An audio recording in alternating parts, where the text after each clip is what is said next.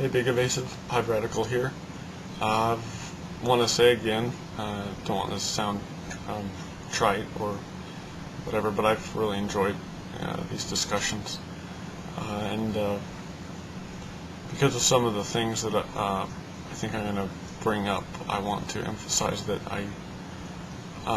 when I'm laying these things out, I'm not trying to in any way say more.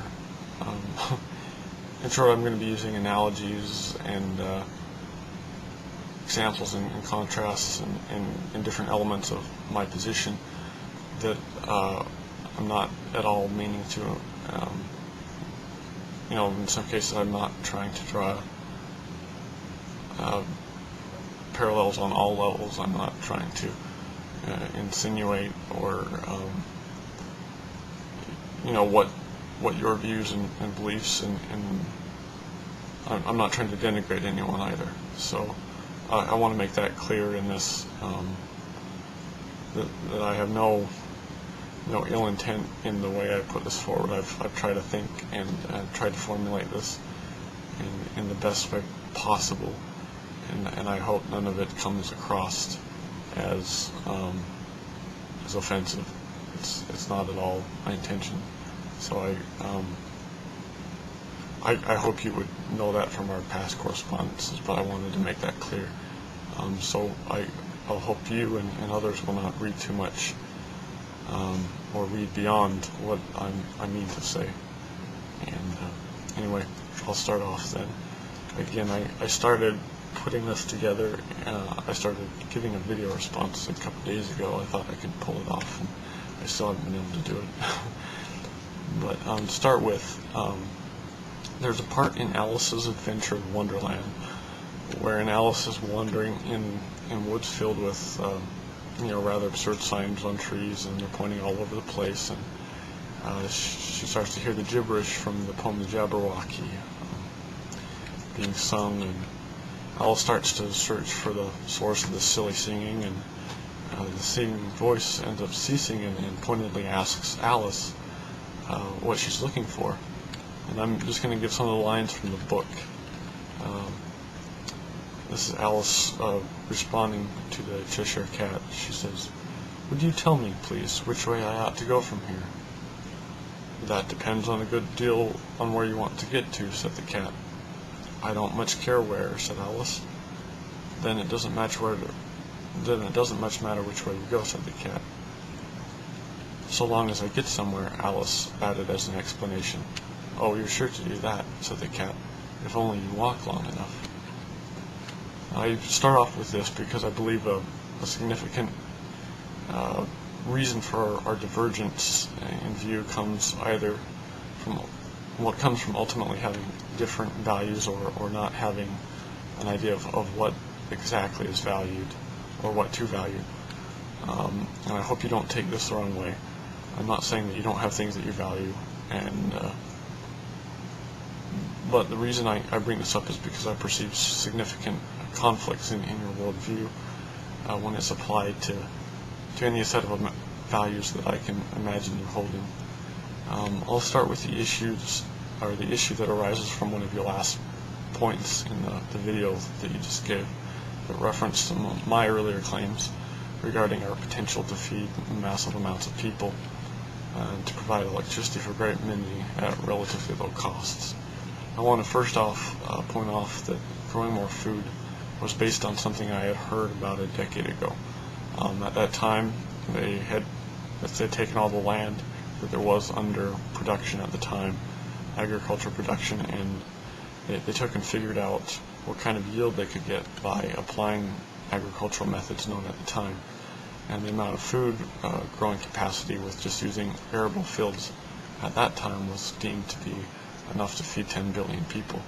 And that's without, creating any more farmland, or destroying any more wilderness.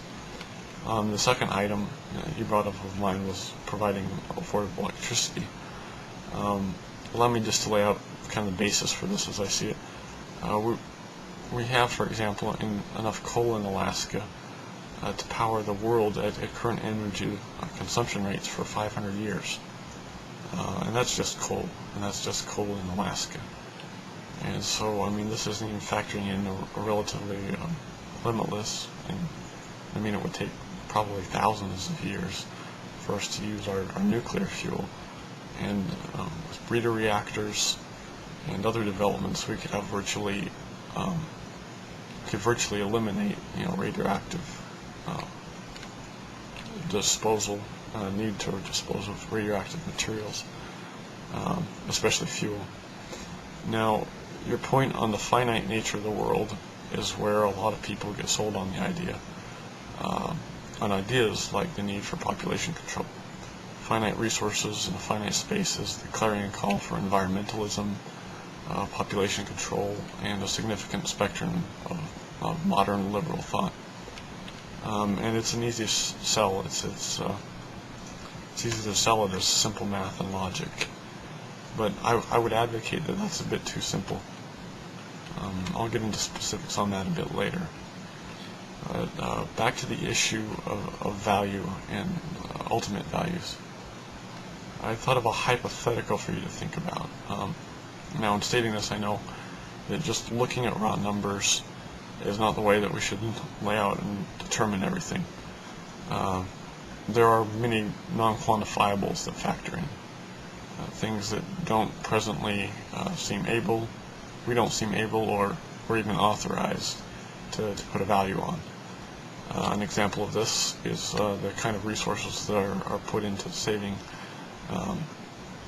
around, I believe it was around 1% of the births. If I'm remembering the statistic correctly, the U.S. spends roughly half of the monies and resources that go to providing neonatal care on a very, very small percentages of babies that are born. I think it was 1 or 2% of births in the U.S. consume, and again, I'm not remembering the exact figures on this, but about half of everything that we put into neonatal care.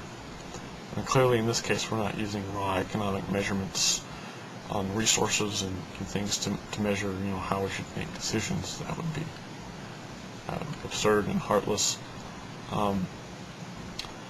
But there's kind of an added dimension to that too, is that I found when I heard that statistic was the point made that the U.S. spends far more resources and money on lawn care every year than it does for all of its neonatal care. So anyway, just kind of an interesting commentary. But I'm going to go back to the hypothetical I was going to lay out to you. Imagine you had the choice between taking, say, some 20 individuals who were 85, and so you could extend their lives by 2 decades, and you could ensure some quality of life over those 2 decades, and that would be relative to those ages. What a good quality of life would be for those ages would be, relative to others now, but that would give you a net gain of about 400 years of human life added on. Or say you could take relatively the same amount of resources and provide enough for a relative and healthy, productive life for 4 or 5 individuals to live up to that age, to the age of 85. So on the one hand, you could choose, extending the lives of 20 people for a short, a few years, 10, 20 years, or you could apply those resources to 4 or 5 individuals being able to live their lives up to 85. I ask, which should be chosen? If the net years of human life, even if they slightly advantage the older people, is it really where the value should be placed? But we'll just kind of set that aside, and I'll get to that, back to that a bit later. So we have your statement on evolution as it being a tinkerer, and as you put it, it seemingly meanders.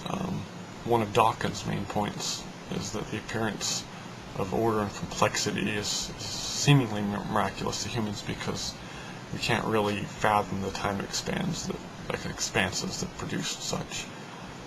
He lays out that humans also seem to have developed the tendency to kind of inherently have intuitive views that skew against capacity to wrap our minds around expanses of time and the kind of complexity that is believed to be able to be derived out of that.